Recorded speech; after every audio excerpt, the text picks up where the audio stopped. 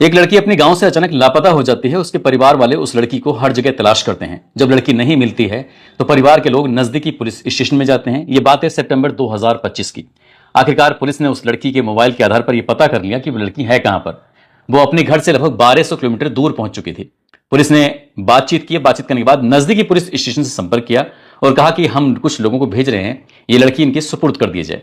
अब आखिरकार जो लड़की के परिवार वाले थे, खासकर उसके पिता, उसके बाकी परिजन थे, वो पहुंच जाते हैं। जो नजदीकी पुलिस स्टेशन की टीम जाती है, वहां जाने के बाद लड़की से बातचीत करती है। कहा जाता है कि तुम्हें अपने घर जाना पड़ेगा। लेकिन लड़की इतनी ज्यादा शातिर होती है, चालाक होती है। उसने कहा कि जब तक मेरे गांव की पुलिस नहीं आएगी तब तक मैं इनके साथ नहीं जाऊंगी। अगर मुझे इनके साथ ही रहना होता तो मैं वहां से क्यों लौट कर आती। पुलिस वाले परेशान हो जाते हैं, सोचने पर मजबूर हो जाते हैं। आखिरकार उसके गांव की पुलिस को फोन किया जाता है। गांव की पुलिस 1200 किलोमीटर चलकर वहां पहुंच जाती है। जब पहुंचती है तो उसके बाद फिर लड़की से कहा जाता है कि चलो। लड़की कहती है मैं तो नहीं जाऊंगी। अब पुलिस पूछती है कि आप क्यों नहीं जाओगी, जब तुम्हारे यहाँ की पुलिस आ चुकी है तो तुम्हें जाना चाहिए। उसने कहा कि लेडीज पुलिस तो है ही नहीं, जब तक लेडीज पुलिस नहीं आएगी तब तक मैं नहीं जाऊंगी। अब आखिरकार लेडीज पुलिस को भी 1200 किलोमीटर दूर से बुलवाया जाता है। लेडीज पुलिस मौके पर पहुंचती है। उस लड़की के पास अब कोई बहाना नहीं था। आखिरकार वो लड़की अपने गांव पहुंच जरूर जाती है, लेकिन गांव से फिर दोबारा से निकलती है और वो जिस रूप में निकलती है उसका वीडियो सोशल मीडिया पर वायरल हो जाता है। इतनी तेजी के साथ वीडियो वायरल होता है कि हर जुबान पर इसी बात की चर्चा शुरू हो जाती है कि जिस लड़की को बहुत अच्छे स्कूल में पढ़ाया, उसको इंजीनियर बनाया, उससे नौकरी भी उसने की अपनी मर्जी से, उसके बावजूद भी उसने यह कदम क्यों उठाया। आज की इस कहानी के माध्यम से यही जानने समझने की कोशिश करते हैं कि आखिरकार उस लड़की ने ऐसा क्यों किया। आदाब, नमस्कार, सत श्री अकाल। मैं उस्मान सैफी। आज की जो सच्ची घटना मैं आपको सुनाने जा रहा हूं, ये सच्ची घटना है राजस्थान प्रदेश का। एक जिला है जोधपुर और जोधपुर का ही एक थाना लगता है ओसियां। ओसियां थाना क्षेत्र का गांव है सामराव।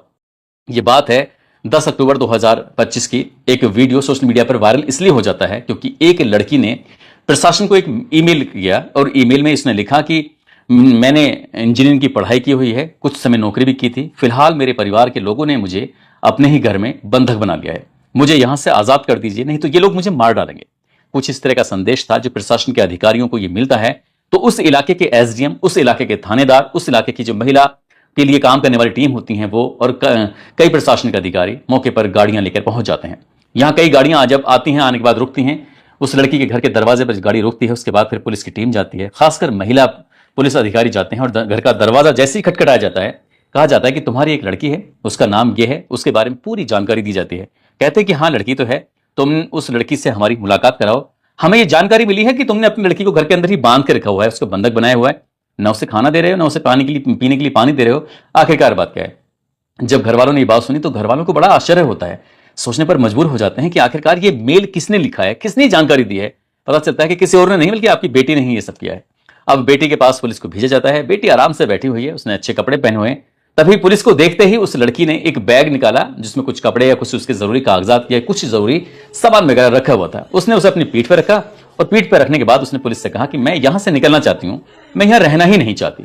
लेकिन जैसे ही ये बात आती है तो मां उसकी दहाड़े मार मार कर रोना शुरू कर देती है। इसी बीच में कोई वीडियो बना रहा था और वो वीडियो सोशल मीडिया पर इस कदर वायरल होता है कि हर जगह इस वीडियो की चर्चा होना शुरू हो जाती है। मां जितनी जोर से चीख सकती थी, रो सकती थी और अपनी बेटी को मनाने की तमाम कोशिशें कर सकती थी, लेकिन बेटी के उस कानों तक मां की उस रोने की आवाज आई नहीं रही थी, पिता के रोने की आवाज आई नहीं रही थी, दादा की भी रोने की आवाज नहीं आ रही थी। पुलिस वाले या प्रशासन की टीम थी, आखिरकार करें तो क्या करें, क्योंकि लड़की की उम्र 18 साल से ज्यादा थी, इसलिए कुछ कर भी नहीं सकते थे। उस लड़की से कहा जाता है कि कोई परेशानी दिक्कत है तो आप तहरीर दीजिए, हम मुकदमा लिखेंगे और आगे की कार्रवाई करेंगे। लड़की ने कहा कि मुझे कोई मुकदमा नहीं लिखवाना है, बल्कि मुझे इस घर से जाना है। जब बात घर से जाने की आती है तो उन्हीं की गाड़ी में वो लड़की बैठती है और बैठने के बाद वहां से निकल जाती है। जैसे ये वीडियो वायरल होता है उसके बाद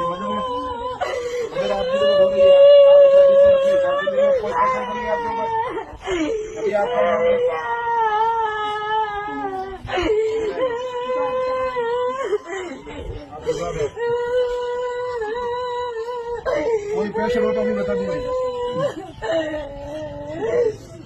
के बाद मीडिया वाले भी वहां जाने लगते हैं। मीडिया वाले पूछने की कोशिश कर रहे थे कि आखिरकार पूरा माजरा क्या है, मामला क्या है।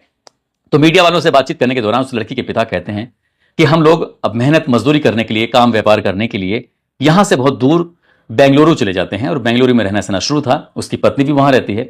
सबसे बड़ी वाली बेटी है ये जो पैदा हो जाती है, उसको बहुत अच्छे स्कूल में पढ़ाते हैं और शुरू से पढ़ने में वो बेहद होशियार होती है। इसी बीच में उस लड़की ने कहा कि मैं तो इंजीनियरिंग की पढ़ाई करना चाहूंगी, तो घर वालों ने उसको इंजीनियरिंग की पढ़ाई करा दी।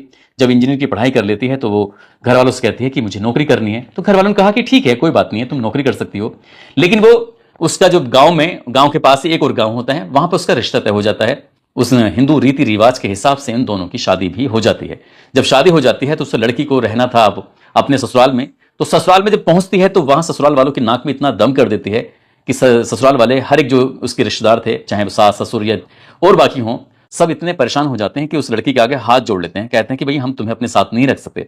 पति के साथ रहती है तो पति के नाक में इतना दम कर देती है कि पति कहता है कि मैं अपने साथ नहीं रख सकता, सीधे गांव चले जाओ, तुम गांव में रहो, माता पिता के साथ रहो, वहीं सही रहोगे। लेकिन वो गांव में जाती है तो वहां परेशान करती है, पति के साथ जाती है तो पति को परेशान करती है। पति भी उसका बेंगलुरु में ही रह रहा था। अब घर वाले भी परेशान हो जाते हैं। आखिरकार उसे अपने घर में रखते हैं, यानी कि मायके में रखते हैं। मायके में रह रही थी, कई महीने रहते रहते हो गए। इसी बीच में उस लड़की ने अपने परिवार वालों से कहा कि मैं चाहती हूं कि मैं नौकरी करूं और फिर से अपनी नई जिंदगी की शुरुआत करूं। नौकरी नहीं तो बिजनेस करूं, व्यापार करूं, तुम्हारा नाम रोशन करूं, ऐसा कुछ घर वालों से वो रिक्वेस्ट करती है। रिक्वेस्ट करने के बाद वो वहां से निकल जाती है। अब निकल जाती है तो उसे जाना था बेंगलुरु में, लेकिन बेंगलुरु में नहीं थी। उसके बारे में घर वाले पता करने की कोशिश कर रहे थे कि हमारी बेटी यहां पर आई थी, लेकिन उससे कोई संपर्क नहीं हो रहा है, बातचीत नहीं हो पा रही है। आखिरकार उसके बारे में पता करें तो कैसे करें। जो भी उसके संपर्क में था हर किसी से बातचीत कर रहे थे, लेकिन पता ही नहीं चल पा रहा था। अब घर वाले परेशान हो जाते हैं। वो नजदीकी पुलिस स्टेशन में जाते हैं। वहां जाने के बाद अपनी बेटी की गुमशुदगी की शिकायत दर्ज कराते हैं। पुलिस इस मामले को गंभीरता से लेती है और आखिरकार उस लड़की के बारे में ये पता करने की कोशिश करती है कि आखिरकार लड़की है तो है कहां पर। तो पता चलता है कि वो एक लड़के के संपर्क में थी, उससे बहुत सारी बातें किया करती थी। लेकिन वो लड़का बेंगलुरु में ही रहता था और बेंगलुरु में से ही वो वहां से चला जाता है पुणे के लिए। जब वो पुणे में रहने लगता है तो लड़की को इस बात की जानकारी हो जाती है। उस लड़की ने अब बेंगलुरु न जाकर सीधे पुणे की तरफ रुख कर दिया और अपने परिवार वालों से संपर्क बिल्कुल तोड़ दिया।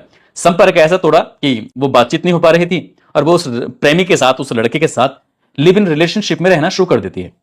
घर वालों को इस बात की बिल्कुल जानकारी नहीं थी। लेकिन जब घर वालों ने उसका पता निकाला तो आखिरकार वो लड़की मिल जाती है।